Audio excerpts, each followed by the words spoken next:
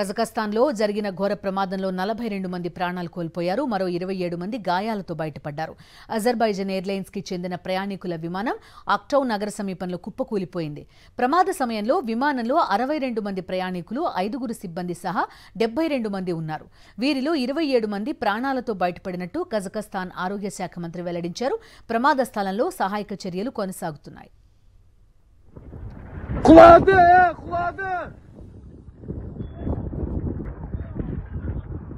Azerbaijan రాజధాని బాకు నుంచి Russia republic చెచెన్యా రాజధాని గ్రోజ్నీకి J28243 విమానం బయలుదేరింది.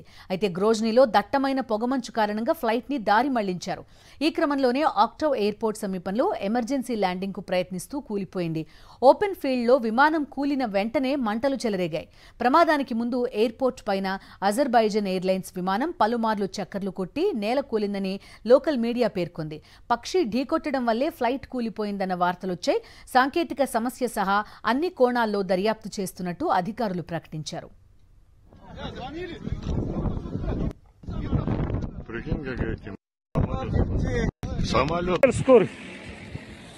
Самолеттің басы жоқ. Тек куты қалған, куты.